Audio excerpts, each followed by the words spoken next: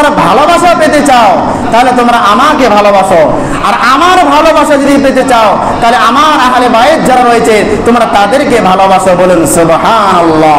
যারা নবী করিম সাল্লাল্লাহু আলাইহি সাল্লামের আহলে বায়তের প্রতি ভালোবাসা রাখবে, যারা নবী করিম সাল্লাল্লাহু আলাইহি সাল্লামের পরিবারের সদস্যদের প্রতি ভালোবাসা রাখবে, ভালো ধারণা রাখবে, মহব্বত করবে, তাদেরকে সম্মান করবে, সুযোগ হলে তাদেরকে সহযোগিতা করবে, তারা নবীকে ভালোবাসলো। যারা নবীকে ভালোবাসলো তারা আল্লাহকে ভালোবাসলো, আর যারা আল্লাহকে ভালোবাসবে তাদের জন্য জান্নাত ওয়াজিব হয়ে যাবে। বলুন সুবহানাল্লাহ। সম্মানিত হাজিরিন, তাহলে আমরা আজকে পবিত্র জুমার আলোচনায় আমরা শুনতেছিলাম যে নবী করিম সাল্লাল্লাহু আলাইহি সাল্লামের আহলে বায়ত যারা রয়েছেন, নবী পরিবারে যারা সদস্য রয়েছেন, এদের প্রতি আমাদের কি করণীয় কাজ এবং এদের প্রতি মহাব্বতের জন্য কোরআন এবং হাদিসে এদের মর্যাদা কি, এ ব্যাপারে আমরা আলোচনা শুনতেছিলাম। সম্মানিত হাজিরিন, আমরা যেহেতু পবিত্র জুমার দিনের সময় সংক্ষিপ্ত হওয়ার কারণে আমরা অল্প সময় আমরা আলোচনা শেষ করব। দেখুন, আমরা যখন নামাজে দাঁড়াই, আমাদের নামাজের শেষ বৈঠকে আমরা তাশাহুদ পড়ি, তাশাহুদ পড়ার পরে আমরা দরুদ শরীফ পড়ি।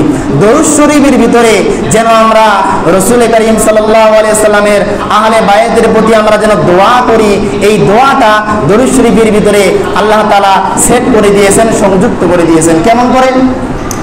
দেখুন, আমরা দরুদ শরীফে কি বলি? আল্লাহুম্মা সাল্লি আলা মুহাম্মাদ ওয়া আলা আলি মুহাম্মাদ।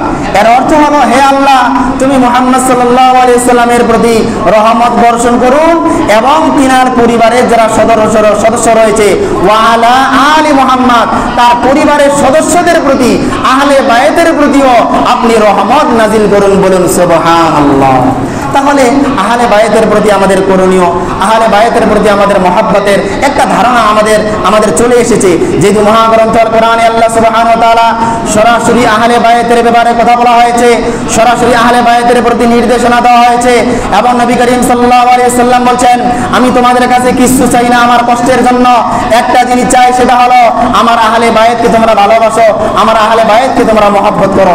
সরাসরি কোরআন থেকে এবং হাদিস থেকে আমরা জানতে পারলাম নবী করিম সাল্লাল্লাহু আলাইহি সাল্লাম গাদিরে খুমে আহলে বায়তের প্রতি ভালোবাসা, আহলে বায়তের প্রতি মহব্বত, তিনাদের বিষয়ে তিনাদের প্রতি বিদ্বেষ পোষণ করা আমাদেরকে নিষেধ করেছেন। তাহলে আমরা এর থেকে আমরা জানতে পারলাম যে আহলে বায়তের প্রতি আমাদের কিছু করণীয় রয়েছে। সম্মানিত হাজিরিন, আহলে বায়তের প্রতি যে আমাদের ভালোবাসা মহব্বত, এ ব্যাপারে আরো আলোচনা রয়েছে। আমরা যেহেতু আজকে সময় খুবই কম, আগামী জুমায় বাকি কথাগুলো আমরা আলোচনা করব। আজকে আমরা শুধুমাত্র এক কথায় আহলে বায়তের প্রতি, নবী করিম সাল্লাল্লাহু আলাইহি সাল্লামের সদস্যদের প্রতি, তিনার পরিবারের সদস্যদের প্রতি আমাদের কি করণীয়, আমি এক কথায় আপনাদেরকে বলতে চাই। এক নম্বরে করণীয় হলো আমাদেরকে অন্তর থেকে ভালোবাসতে হবে। নবী পরিবারের সদস্যদের প্রতি এক নম্বর করণীয় হলো আমাদেরকে অন্তর থেকে আমাদেরকে ভালোবাসতে হবে। দুই নম্বর হলো তাদেরকে সম্মান করা, শ্রদ্ধা করা, সহযোগিতা করা। অর্থাৎ নবী করিম সাল্লাল্লাহু আলাইহি সাল্লামের আহলে বায়ত যারা রয়েছেন, এখন পর্যন্ত সিলসিলার আহলে বায়ত যারা রয়েছেন, কোনোভাবে যদি আমাদের উপায় হয়, অবস্থা তৈরি হয় আহলে বায়তেরকে সহযোগিতা করার জন্য, আমরা যেন আমাদের সামর্থ্য অনুযায়ী তাদেরকে আমরা যেভাবে সহযোগিতা করার দরকার সেভাবে যেন আমরা সহযোগিতা করতে পারি। তিন নম্বর করণীয় হলো যারা আহলে বায়ত রয়েছেন তাদেরকে যাকাতের অর্থ না দেওয়া।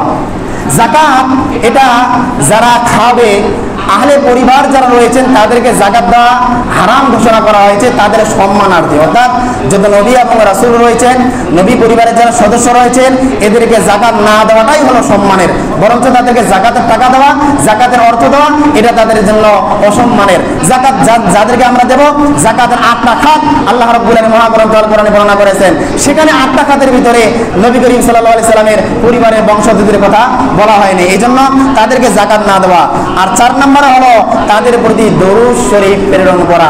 এই যে আমি একটু আগে বললাম, আল্লাহুম্মা সাল্লি আলা মুহাম্মাদ ওয়া আলা আলি মুহাম্মাদ কামা সাল্লাইতা আলা ইব্রাহিম, দরুদ ইব্রাহিম বললে তাদের প্রতি দরুদ প্রেরণ করা হয়। সম্মানিত হাজিরিন, আজকে আমরা পবিত্র জুমার আলোচনায় আহলে বায়তের প্রতি আমাদের করণীয়, আহলে বায়তের প্রতি আমাদের ভালোবাসা, কোরআন এবং হাদিস থেকে আহলে বায়তের মর্যাদা বিষয়ে আমরা সংক্ষিপ্ত আলোচনা করলাম। আল্লাহ সুবহানাহু ওয়া তাআলা আমাদেরকে এখান থেকে আহলে বায়তের প্রতি ঈমান ঠিক রেখে আহলে বায়তের প্রতি আমাদের যা করণীয় সেগুলো সঠিকভাবে যেন আমরা আদায় করতে পারি, আল্লাহ সুবহানাহু ওয়া তাআলা তৌফিক দান করুন। বলুন আল্লাহুম্মা আমিন। ওয়া আখিরু দাওয়ানা আলহামদুলিল্লাহি রাব্বিল আলামিন। আসসালামু আলাইকুম ওয়া রাহমাতুল্লাহি ওয়া বারাকাতুহু।